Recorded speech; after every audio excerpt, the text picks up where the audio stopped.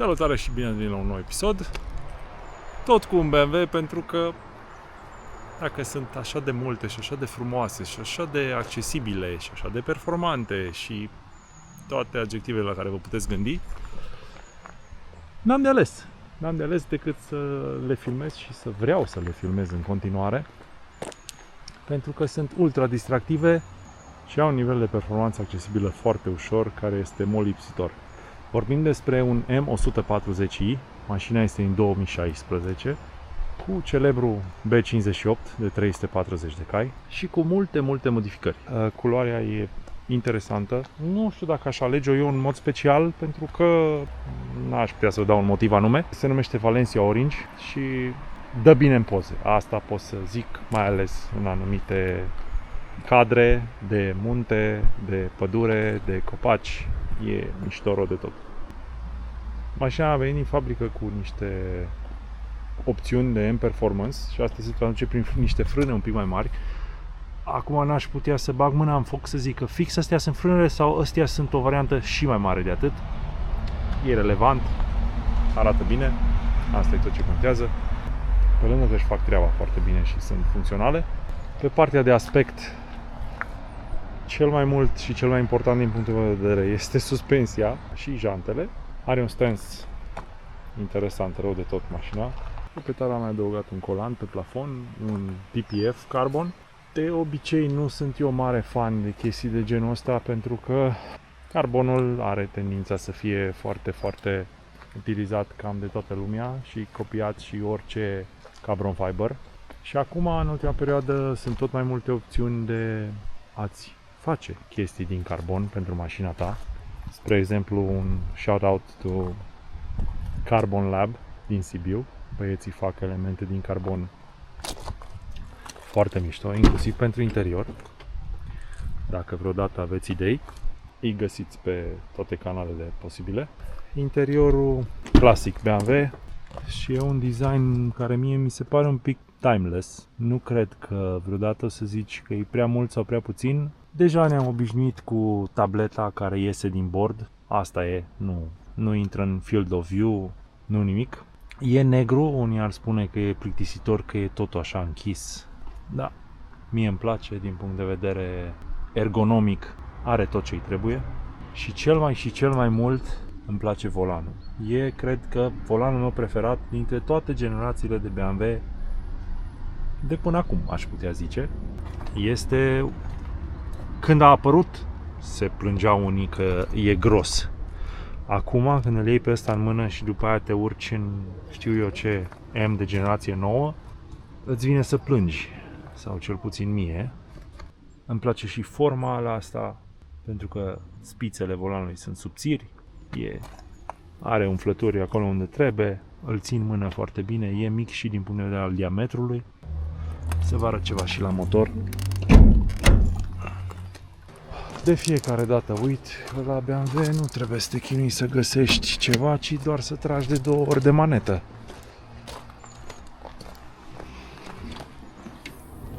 Foarte smart.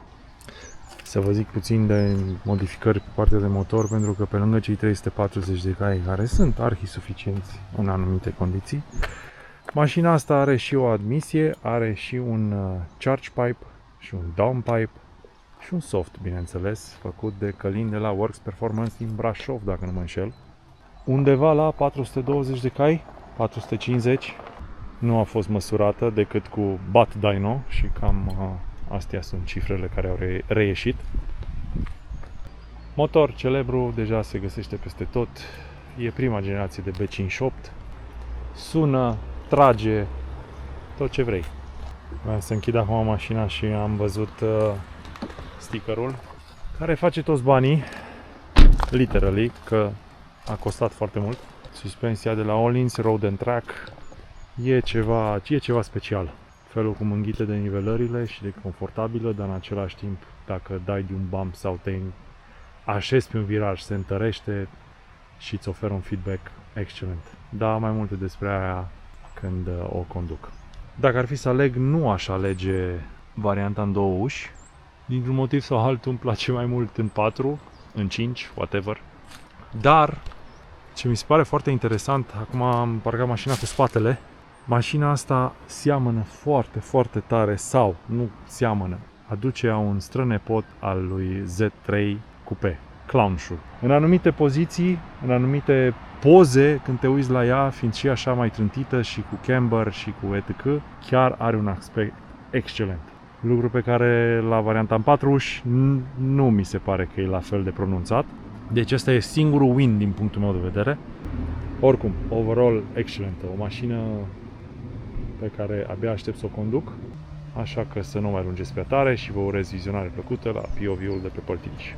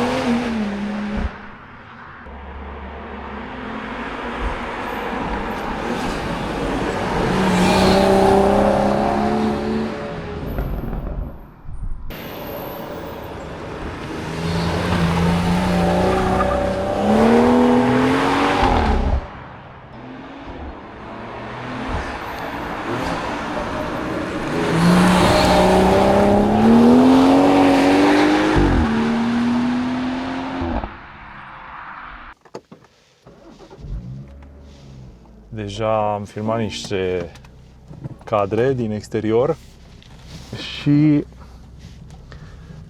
pot spune că distracția e de nota 10. Din păcate, doar astăzi s-a putut. E duminică. Să sperăm că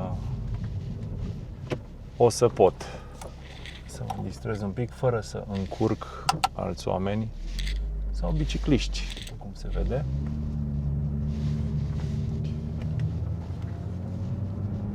Trecem în Sport Plus. Dezactivăm un pic tot.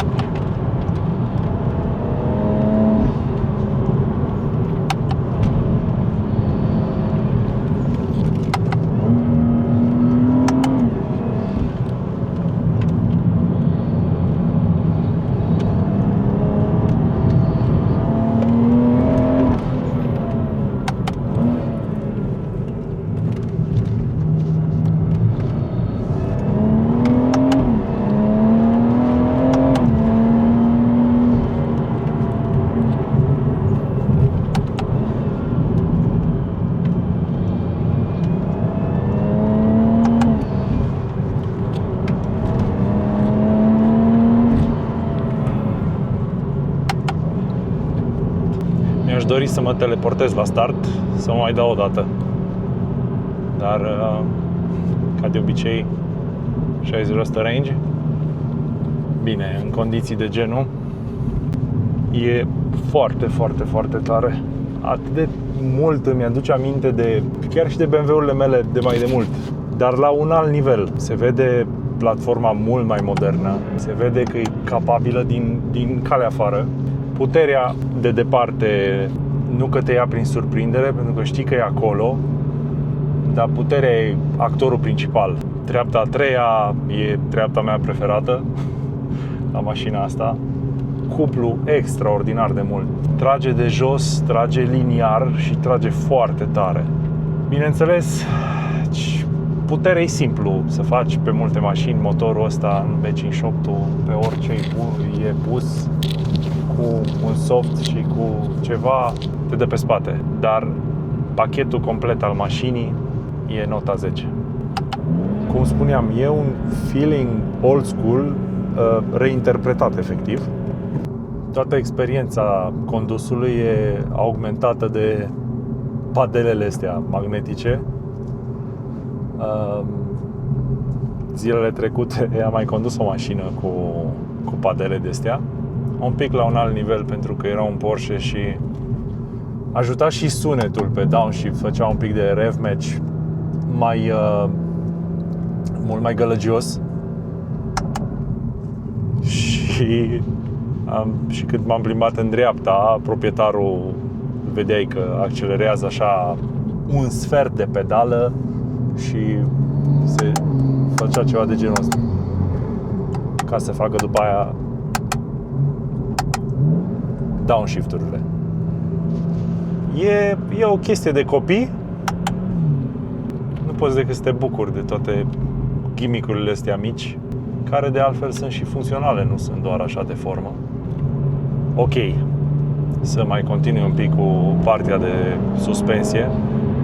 Dacă nu mi-ai spune că mașina asta are suspensie Öhlins și mai urca în ea fără nici măcar să văd că e coborâtă, aș zice că e o suspensie top a unei mașini sport de fabrică. Se simte, bineînțeles, că e un pic mai rigidă decât, nu știu ce, un empachet simplu, dar nu e nici pe departe crashy sau prea rigidă. Se vede că cursa suspensiei, cursa telescopului e un pic mai mică și se așează mai brusc, să zic. Dar e o suspensie moale. E o suspensie care în denivelări lenghite, și mașina totuși are un ruliu destul de mare și mai ales în denivelările un pic mai rapide și repetate. Dar e genul de suspensie care, într-adevăr, cum a zis și proprietarul, ține roata jos, ține roata în contact maxim cu asfaltul, ceea ce îți oferă un grip mecanic pe care te poți baza și care îți dă încredere să mergi tare. Direcția e excelentă. Când m-am urcat în ea în oraș, am condus-o din centrul Sibiului până aici. Prima impresie a fost că e incredibil de ușoară și foarte asistată. Aduce un pic dacă știți, anumite Fiaturi Punto sau chiar 500 parcă au un buton de City. Deci chiar on center e foarte, foarte ușoară.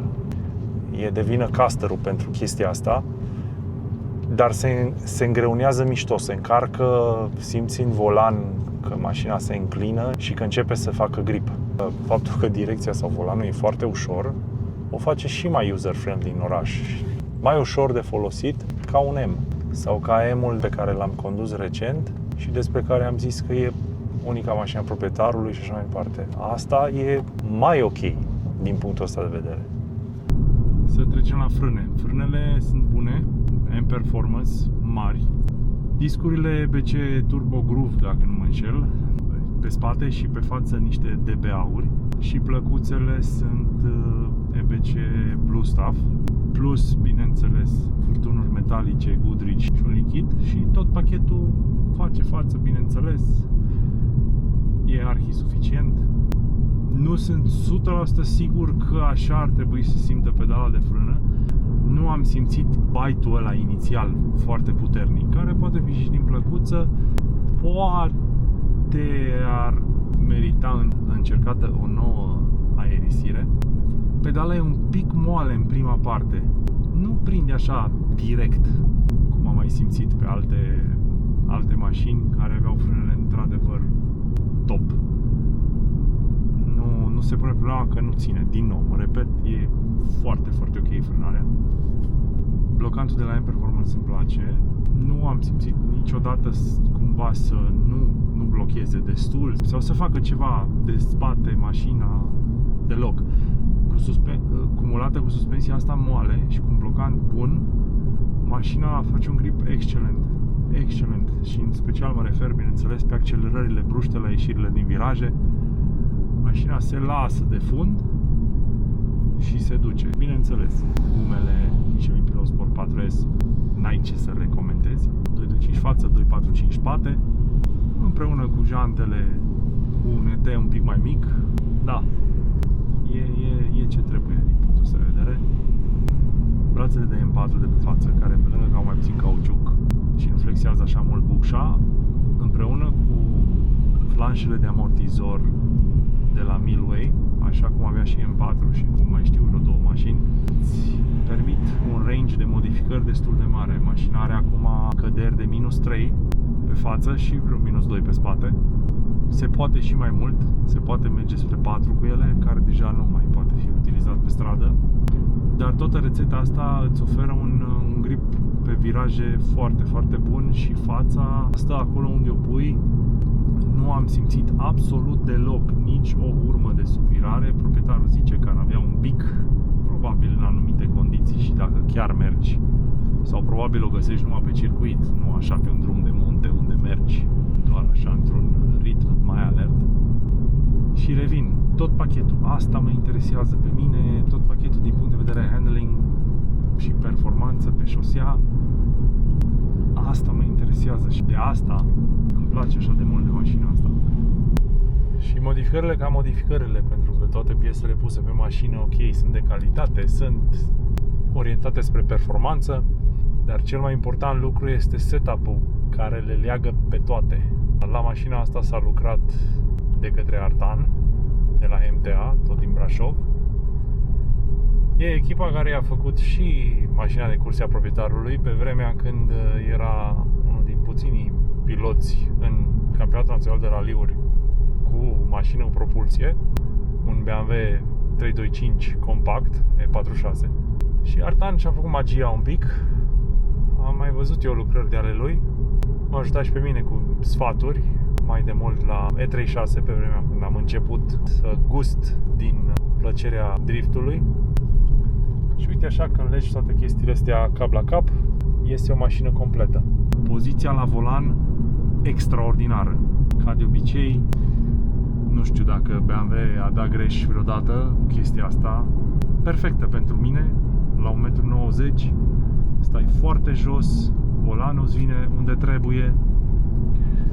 Scaunele doar de M Sport de pe vremea asta nu sunt ceva extrem deloc, dar sunt un compromis foarte bun.